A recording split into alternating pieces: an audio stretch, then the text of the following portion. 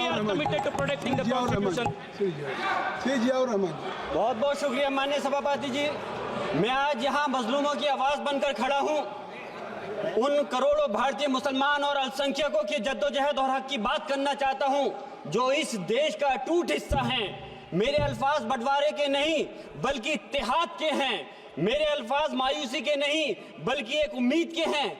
ऐसी उम्मीद जो कि हमारे इस देश को जोड़ना चाहती है। हमारे संविधान को बनाने के लिए हमारे बाबा भीमराव अंबेडकर साहब, मौलाना अबुल कलाम आजाद साहब, डॉक्टर जाकिर हुसैन साहब ने मिलकर के इस संविधान को बहुत मेहनत के साथ बनाया था। ये सिर्फ किताब की शक्ल में देने के लिए नहीं है। आज संविधान के उस पर मैं कहना चाहता हूं कि भारत का संविधान इंसाफ, आजादी और भाईचारगी की जिंदा गवाही है और ये गारंटी देता है कि नागरिक हर मजहब, जात या नस्ल पर इज्जत के साथ गुजार सकते हैं जिंदगी। लेकिन अफसोस है, एक मुस्लिम रहनुमा की हैसियत से मुझे इस दस्तावेज पर बेपनाह फख्र है जो कि दस्तावेज जो संविधान हमें इजाजत देता है। आर्टिकल 15 के मुताबिक किसी भी नागरिक को मजहब, जात, लिंग, नस्ल या जन्म के स्थान पर भेदभाव नहीं किया जाएगा।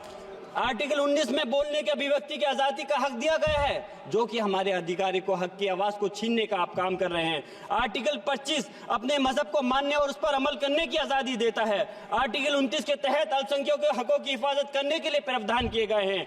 लेकिन आप तो हमारे हकों की छीनना चाहते हैं।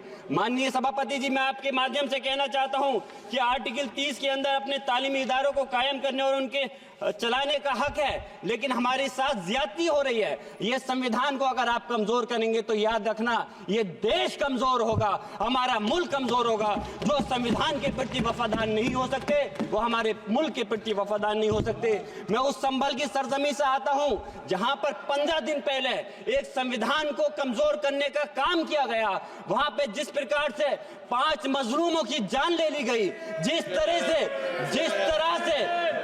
30 से ज्यादा लोगों को गोली मारकर घायल कर दिया गया और 27 से 50 से ज्यादा लोगों के खिलाफ मुकदमा दर्ज किया गया। मैं पूछना चाहता हूं माननीय सभापति जी, मैं सांसद हूं, मैं अपने मुकदमे का मैंने कहा था मुझे डर नहीं है। मेरे खिलाफ मुकदमा लिखा गया, मैं वहां मौजूद नहीं था और ये मुकदमा जो हमारे चाहे विपक्ष के सांसद हो या सत्ता पक्ष के सांसद हो, आप याद रखिए जनता की आवाज हो, जनता के बीच में जाकर के आपके जवाबदेही बनती है। और मैंने अपनी जनता को आवाज को उठाने का काम किया तो क्या गलत किया था? माननीय सभापति जी, सिर्फ इस बुनियाद पे मुकदमा लिख दिया गया। आज मैं आपको बताना पॉइंट पे बोल रहा हूँ, संविधान पर ही बोल रहा हूँ माननीय सभापति जी। आज मैं चाहता हूँ उन लोगों को इंसाफ मिलना चाहिए जो जिन्होंने ज्यादती की है, उनको सजा मिलनी चाहिए। और आज एक इमाम को सिर्फ इसलिए गिरफ्तार कर लिया गया संभल के अंदर कि सिर्फ उन्होंने अजान लाउड स्पीकर से दे दी थी। अफसोस है कि आज हमारे साथ ऐसी ज्यादती हो रही है। माननीय अध्यक्ष जी, हमारा संविधान किसानों को मजबूती की बात करता है जो इस देश की रीढ़ की हड्डी है। 130 किसान जो 10 दिन से ज्यादा समय से जेल में बंद हैं, आप किसानों को हक नहीं दे पा रहे तो किसको हक देने का काम करोगे? मैं अफसोस करता हूं आज पूरे प्रदेश और मुल्क के अंदर जिस तरह से हमारे लोगों की हिफाजत नहीं की जा रही। एक मॉब लिंचिंग सिर्फ धर्म के नाम पर, अगर कोई मुस्लिम है, ओबीसी है या पिछड़ा समाज का, एससी समाज का है तो नाम पूछ करके उसकी हत्या कर दी जाती है।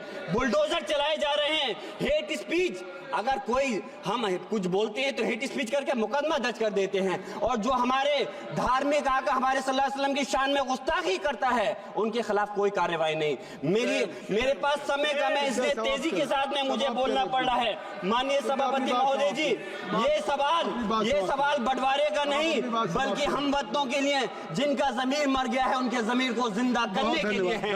हम चाहते हैं इस देश की आजादी, हमारी देश की सभापति जी, बस मैं अपनी बात खत्म कर रहा हूं, 1 मिनट।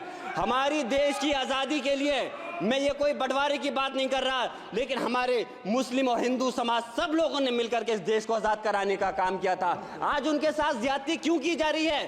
हम लोग अपने इस मुल्क के अंदर मजबूरी से नहीं रुके बल्कि हम जो है अपनी मर्जी से रुके थे। हमारी मुल्क को आजाद कराने में हजारों लाखों मुसलमानों ने शहीद हुए थे। माननीय सभापति जी, कॉन्क्लूड कर रहा हूँ सिर्फ राजकुमार से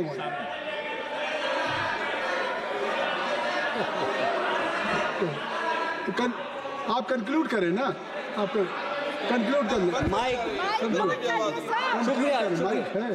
शुक्रिया माननीय सभापति जी। डिम्पल माइक मैं आ एक गया। मुस्लिम और अल्पसंख्यक रहनुमा के तौर पर मैं अपनी बिरादरी के लिए खास हक के मुताबिक नहीं करता। मैं सिर्फ ये चाहता हूं कि आईना के बाद संविधान के मुताबिक हर नागरिक के लिए जो वादा किया गया उसे पूरा हो, हुकूमत से कमजोर की हिफाजत को यकीनी बनाए और नफरत फैलाने वालों को सजा दे।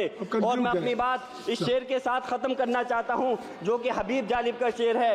ऐसे जुल्म सुबह बेनूर को मैं नहीं मानता, मैं नहीं जानता, मैं भी खाइफ नहीं तख्ताए दार से, मैं भी मंसूर हूं कैदो अगयार से, क्यों डराते हो जिंदान की दीवार से, जुल्म की बात को जहल की रात को मैं नहीं मानता, मैं नहीं जानता। श्री राजकुमार संगवान जी, श्री राजकुमार संगवान जी।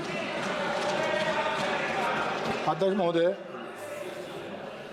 मैं आज हमारे संविधान निर्माण के 75 वर्ष पूरे होने के अवसर पर इस सदन में हो रही चर्चा में शामिल होकर अपने विचार सदन के साथ साझा कर रहा हूं। अध्यक्ष महोदय, 26 नवंबर 1949 की तिथि भारतीय इतिहास में स्वर्ण अक्षरों में अंकित है। इस पावन दिवस को ही हमारे मूर्धन विद्वानों और पूर्वजों द्वारा अथक परिश्रम से आम सहमति से दुनिया का श्रेष्ठतम संविधान अंगीकृत अधिनियमित